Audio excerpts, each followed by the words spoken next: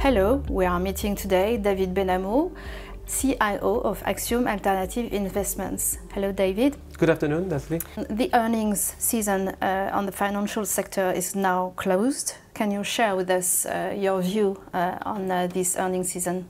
Yes, well, it's been a very good season, and now it's probably the seventh or the eighth quarter where banks and financials in general have delivered very good results. So for this season, banks came out with profit before tax, which was well above expectation for a majority of us. However, when we look into details in terms of net interest income, it was in line with the consensus in terms of cost and revenue in line as well, so something not, let's say, very glamorous. What really made the difference was the loan losses, so in other words, the risk control, which is better and better and enabled a bank to lower provisions and hence deliver profit before tax higher than expectations.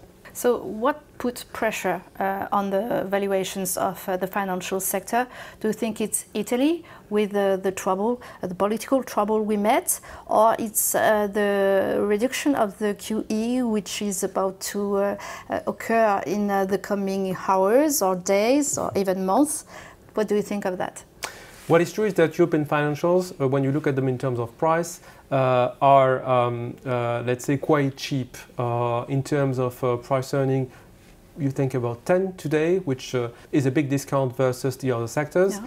In terms of price to book, a European bank is still below its price to book, which is not a very normal situation. So there are two sets of explanation in our view. The first is, of course, Italy, with the Italian new government and very strange majority. We have again, let's say, a sentiment of big turmoil and concern around the Eurozone. So of course this has affected Italian bonds, first of all, treasury bonds, but also Italian banks.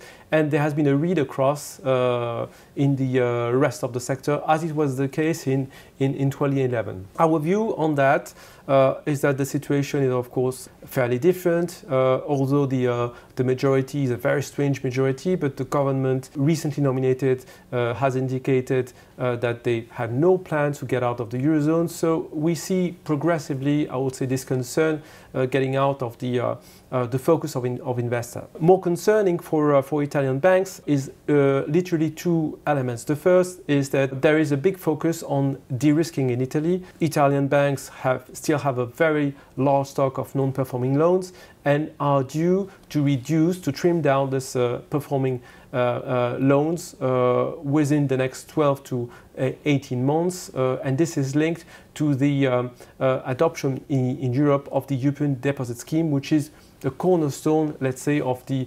harmonization of the European banking system. If the government doesn't extend the guarantee securitization scheme which is in place, which enables Italian banks to sell down non-performing exposure by using the guarantee of the state, of course it will change the path at which Italian banks are de-risking, and it could endanger the developments on the European deposit scheme. So this is something which we will look at carefully. Endanger to what point? Raising capital again? What is the impact, the possible impact? So the impact is very straightforward. In the negotiation, the German essentially made a requirement that Italian banks reduce their non-performing exposure to the average of European banks, which is currently 5%, right? Most of them, especially the mid-cap, are well above that level. You're talking about 15 to 20%, so it's huge. If you look at the big one, Intesa or UniCredit, they all range at around 10%. So even they need to bring this down. So it's a very strong challenge. And if they don't do that, the German will never sign off any agreement on the European deposit scheme. Okay. So this is absolutely key. Now, we're going to know in September whether the new government extends the guaranteed securitization scheme. And if not, it's going to be a very, let's say, a concern which could put pressure on Italian banks for sure. The second concern on Italian banks is that the government is planning to change the Renzi legislation on a very specific point. Since 2016, Italian banks, when they extend a loan with collateral to retail people, for example, housing or mortgage, they can repossess very easily the collateral in case of non-payment. Right? And this without any court order. What the government is planning to do is to impose, especially in case of repossession, affecting retail people, a court order, which is of course something which is negative for the new loan originated, which most of the investors were considering that they would be much lower in risks than the old one. So again, it is two elements that could affect specifically the Italian banking sector. And on the ECB side, what could be the impact on the financial sector? Not only on Italy, but also on French banks, on European banks? Yeah. So what is true is that in such circumstances, systemic turmoil or risk of systemic turmoil, in the past we've seen the ECB acting, but we are still in the middle of the QE. So in a way, the ECB has no more room of maneuver. What is very interesting is that the ECB has communicated recently, and there are rumors that came out of the let's say the ECB, which let us think that we might be at a turning point, and we might probably be at the end of the quantitative easing exercise, or at least the ECB could announce it very shortly. So this is very important because when we look at the way the ECB has handled the monetary policy since the crisis, and even since more recently since 2014, although this monetary policy has been very favorable to corporates,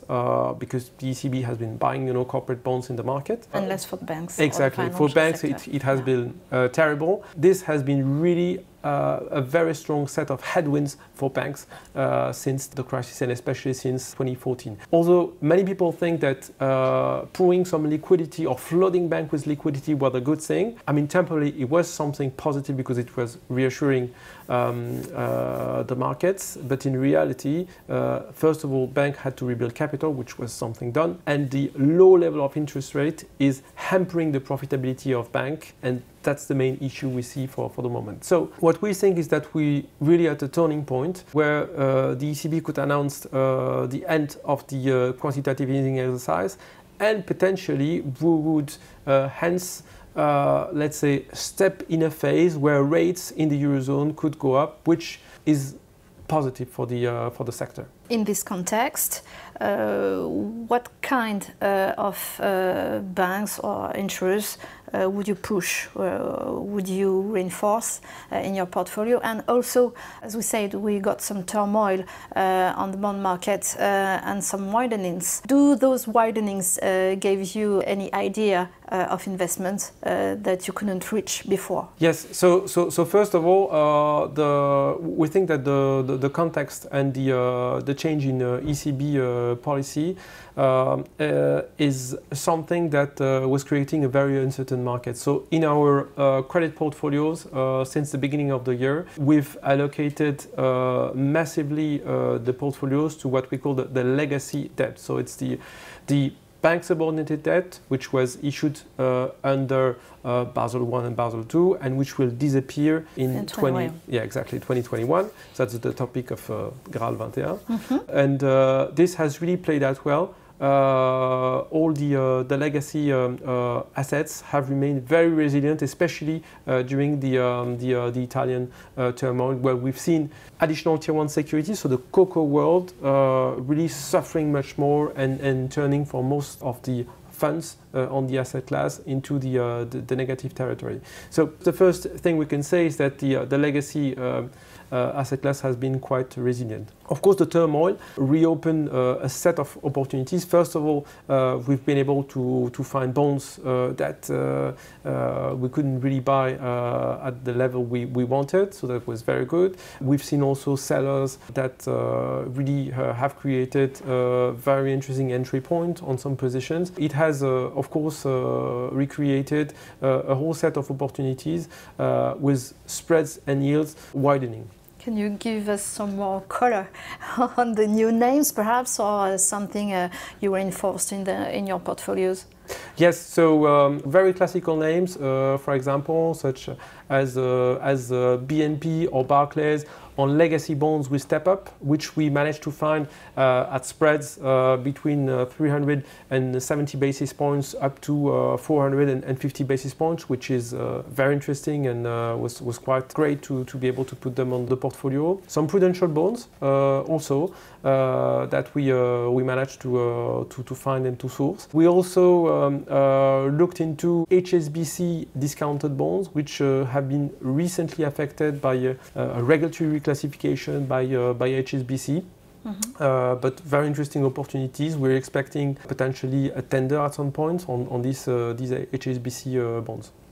Can you remind us where we can find this Legacy 21 strategy in your funds? In the range of investment solutions that we have legacy topics, essentially in three open-ended funds. The first one is the Groupama Axiom Legacy 21, which is 100% dedicated to legacy bonds, with a portfolio which is balanced between bonds that are here to generate carry and some others to generate capital gain. The second fund, in which we will look into the legacy topics, is Axiom Optimal Fix. It's a fund which is again 100% made of legacy securities. The fund is essentially focused on carry, low duration and low volatility. Interestingly, it's the only subordinated fund of the whole peer group that remained positive year to date throughout the Italian turmoil.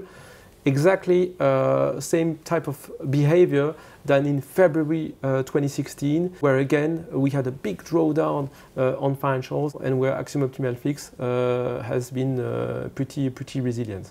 The third fund is Axiom Obligataire, which is predominantly legacy.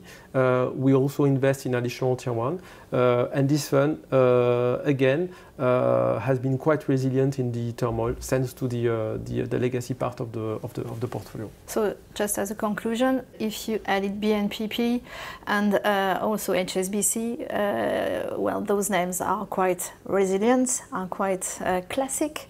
How do you prepare your portfolios for the coming months? Low volatility, less risk? Well, so for the coming months, first of all, we remain quite low in duration because we are still concerned by the possible change of the monetary policy of the ECB. We're probably, let's say, at the watershed moment, really the moment where we should see at last, the ECB changing its policy. So on the let's say Eurozone component of the portfolio, we remain quite short duration. On the bonds denominated in US dollars, we've remained quite cautious on duration as well since the very beginning. So this cautious on duration will remain a key topic for the next let's say months. Then we are looking at fundamentals because there is currently very strong tailwinds on the sector. I mean, rating agencies have been upgrading banks and insurance companies in the sector for a few quarters now. We think it will continue. So we're looking at banks that can benefit from these upgrades. So it's really something that we have a focus on. And lastly, we will remain cautious on Italy, of course, because we think, although we think the end game on Italy will not be a catastrophe, we think that at least the next 2 quarters we will see some moments of volatility. I mean, following position taken by the Italian government, presumably. Thank you, David. With pleasure. Bye.